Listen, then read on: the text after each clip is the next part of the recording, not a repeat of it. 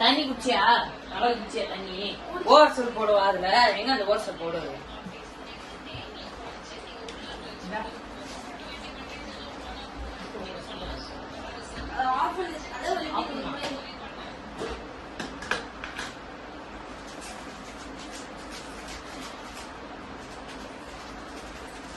அதெல்லாம் ஒண்ணு இல்லை, நீ சும்மா நினைச்சிருக்காத.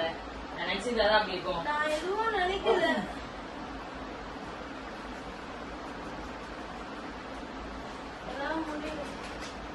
என்ன எப்படி